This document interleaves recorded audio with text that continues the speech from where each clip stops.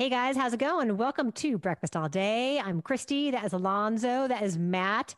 I'm so excited about this next movie, our final movie for the day, because Matt insisted that we all watch it, and I'm so glad that he did. It's the best movie of the week by far. It's called Riders of Justice. Matt, please tell us about it.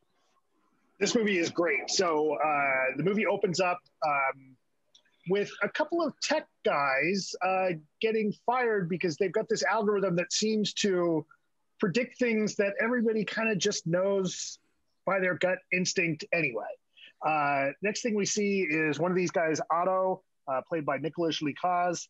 Otto is down in the dumps. He gets on a train. He gives up his seat to somebody, and then there's an explosion or a collision, and this woman dies, who turns out to be Mads Mikkelsen's wife, and his daughter, who's also on the train, survive. He is off somewhere in the Middle East because he's in the military. He comes back to be with his daughter. As we know from some of the roles we've seen Mikkelsen play, he's extremely stoic to the point that he hardly talks to his daughter. They're both going through grief and not communicating at all. And there's, a real bleak tone to the early parts of this movie. Meanwhile, Otto and his friend Leonard, who's the other tech guy, start to think maybe there's more to this. Maybe this wasn't an accident, because one of the people on the train was a state's witness that was going to turn evidence on this gang leader, the gang called Riders of Justice. They track down the husband of the wife. They track down Mikkelsen's character, Marcus, and tell him, hey, we don't think this is an accident.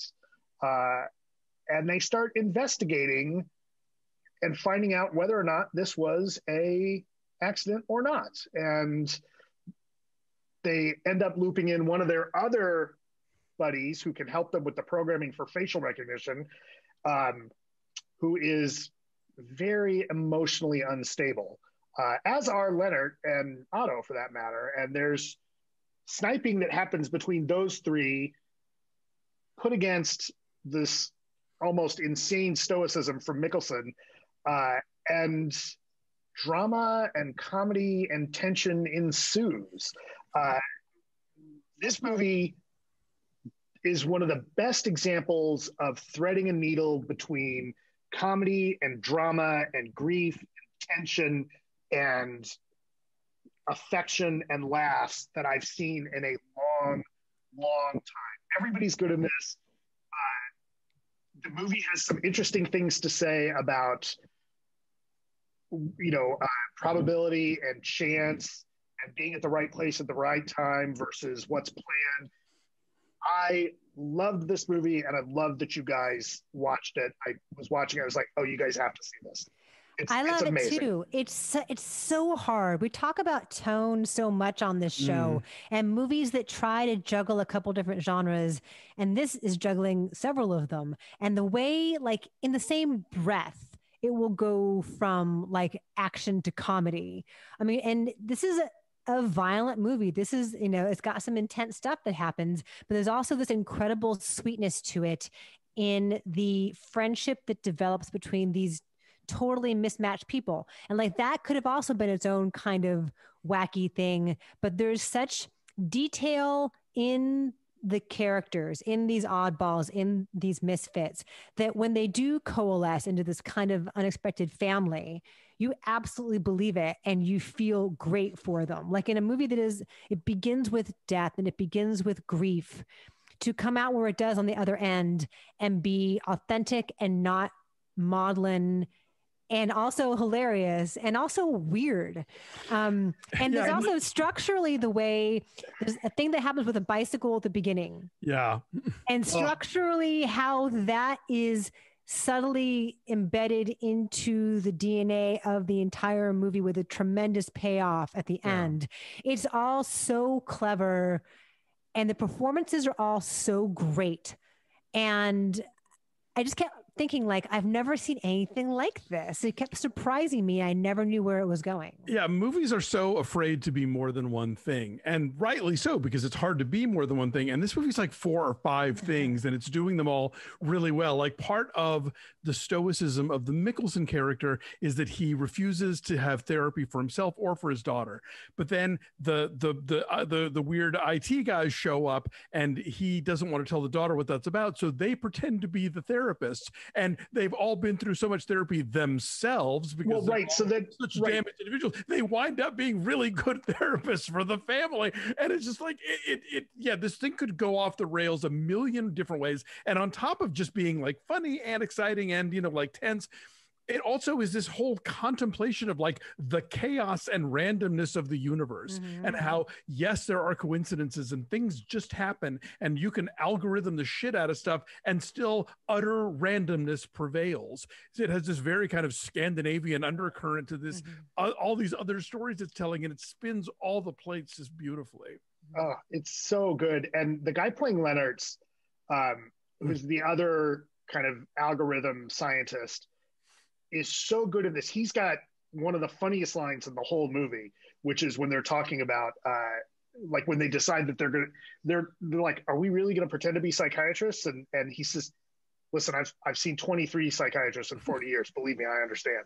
And it's so absurd, but he sells it so well. And then there's that later scene where he gets afraid and he thinks that Mikkelsen's mad at him, and he runs out into the field. Oh, right. Yes. And that scene tells you so much, and it's heartbreaking and horrifying. And this movie humanizes all of these characters and yet allows them to do these absurd things, but without hating them. And kind of like the Mikkelsen character, Marcus very much, he looks askance at these guys, and you can see Mikkelsen's so good at showing like he doesn't really want to know these men. He doesn't really want to get to know them. He doesn't want them hanging around. But in spite of himself, there's a real affection there. And kind of, I think that's what happens with the audience, is that it would be easy to write these guys off as just kind of cranks and losers, and yet you don't.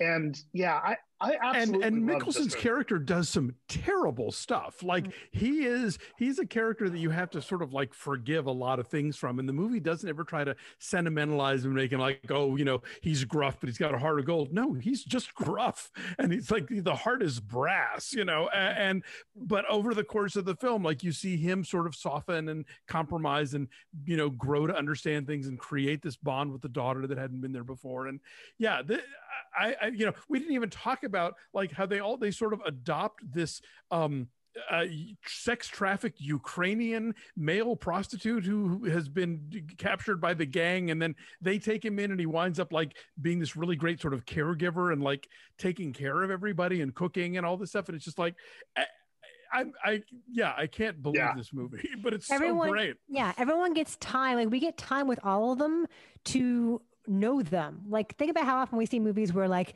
supporting characters get like one trait, and they're consistently that one person, and that's it. These people are all like really beautifully fleshed out, messy and complicated and interesting. Also the Emmenthaler, the guy who is the main, he's like the main hacker. Facial recognition. Oh yeah. And the thing is like he's really heavy set, and he seems oafish and really volatile. And like that could have been one obnoxious character, but there's so much more to him that is so vulnerable and tender that you come to really care for him. And it turns out he has these skills that he didn't even know he had in terms of like stuff that means something to Mikkelsen.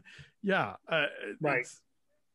Do we mention the name of the director? Anders Thomas Jensen, who Mads Mikkelsen has worked with before.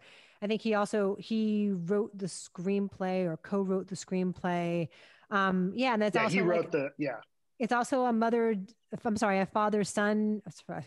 I will get these words right eventually. A father-daughter movie, and that could have also been sentimental, but the ways in which the true emotion between them come out are like legitimately heartbreaking and tense, and you feel for them. yeah, it's a little miracle, this movie. And I know as I was watching it, I'm like, oh, it's gonna get remade, just like Another Round. Oh. There are some similarities. God, I hope not. Here. And I've seen him interviewed a couple times, and people have asked him about the similarities between this and Another Round, which just won the International Film Oscar, because it's a bunch of middle-aged men who bond and rediscover themselves. And I guess in that regard, it is kind of similar. But as I'm watching it, I'm like, this is so sweet and so joyful. I can just imagine them fucking it up in English. Oh, please don't remake this movie, because you will do it wrong, American film. You will. Matt, you interviewed Mads Mikkelsen, did you not? Yeah, I got to interview him and the director, and it was, it's such a rare treat to be able to get to talk about a movie that you just completely love with some of the filmmakers. And, I asked about the line about seeing so many psychiatrists in the 40 years. And Mikkelsen goes off on this whole thing. He's like, yeah, there are those types of people that like they end up being psychiatrists later in life, because and then they find out that everyone they talk to has that exact same problem they have.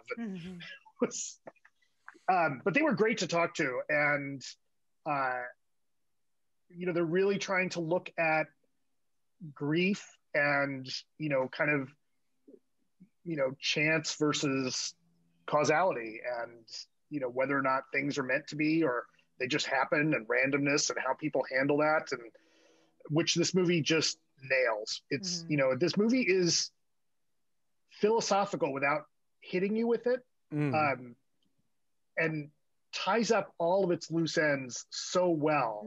The discussion about, all I'm going to say is, like, when we find out why the guy threw the sandwich away. Yes. It's so satisfying. Yeah. And then it's bookended with Christmas. I thought about you, Alonso. I'm like, it's a Christmas movie. You're gonna like it. It's maybe one of my favorite movies of the year so far. I'm saying 9. I'm upping my number. I'm going to say 9 also. Okay. I'm upping my number. I'm going to say 9.5. All right. Well, I don't know what that means anymore. 9.2. Okay. Riders of Justice. Where can people watch it, Matt? Do you know? It's going to be in wide release next week. It's in limited release this week, and it'll be in wide release next week on the 21st. And then it will be presumably streaming at some point. But, cool. Look, I know it's a hard sell to tell people sometimes go see this foreign film with subtitles. Go see this movie. Yeah, seriously. Yeah. We don't beg you very often, but we're begging you on this one. Really go see it. Right. And I've talked about this on this show before. One of my favorite things about being able to do what we do is put a movie that would be off the radar to a lot of people in front of people. And I think that's this is such a great example of that. Please go see this. Okay, here, I don't know how this list works, but it is opening this weekend in LA, New York, the Bay Area, Miami, Orlando, Oklahoma City, and Fort Worth. Okay. So if you're in one of those places, go see this movie. And then it'll be streaming eventually, hopefully someplace. For sure. Yeah, but then it's going to get a wider release next week. Actually, sorry, in theaters everywhere and on demand May 21st. So if you can't see it this weekend, next weekend, it's more likely opening near you, or it's on demand. So either way, you're good to go. Cool. All right. Yeah. Seriously.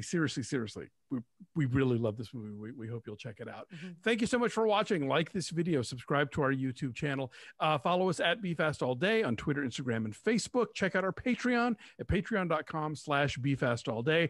We are currently recapping The Handmaid's Tale. We'll soon be talking about Barry Jenkins's The Underground Railroad, which just dropped today on Amazon Prime. We have our May Off the Menu coming up. A lot of fun stuff that only our subscribers get to see. So please, patreon.com/BeFastAllDay. Oh, Christy, what's happening on Marvel Monday this week? This week is Guardians of the Galaxy Volume 2, which I actually like better than the first one. It's a lot of fun. Hot take. Right? Scalding. And from the very opening big credit sequence with Baby Groot dancing to Mr. Blue Sky, and it's just a blast, but also the characters all evolve in interesting ways. So Guardians 2 on Monday. So wait, if they bring back Kurt Russell as, what is he, Ego, the Living Planet? As Ego, will he ever meet John Walker? Ooh, that's exciting. Unlikely that you would see John Walker in a cosmic story. But Ego could be everywhere. He's a planet. Yeah, look, a Rocket Raccoon went to Wakanda. Anything is possible. Just saying. Anyway, have a good week, you guys. Take care of yourselves and each other, and we'll see you here next time.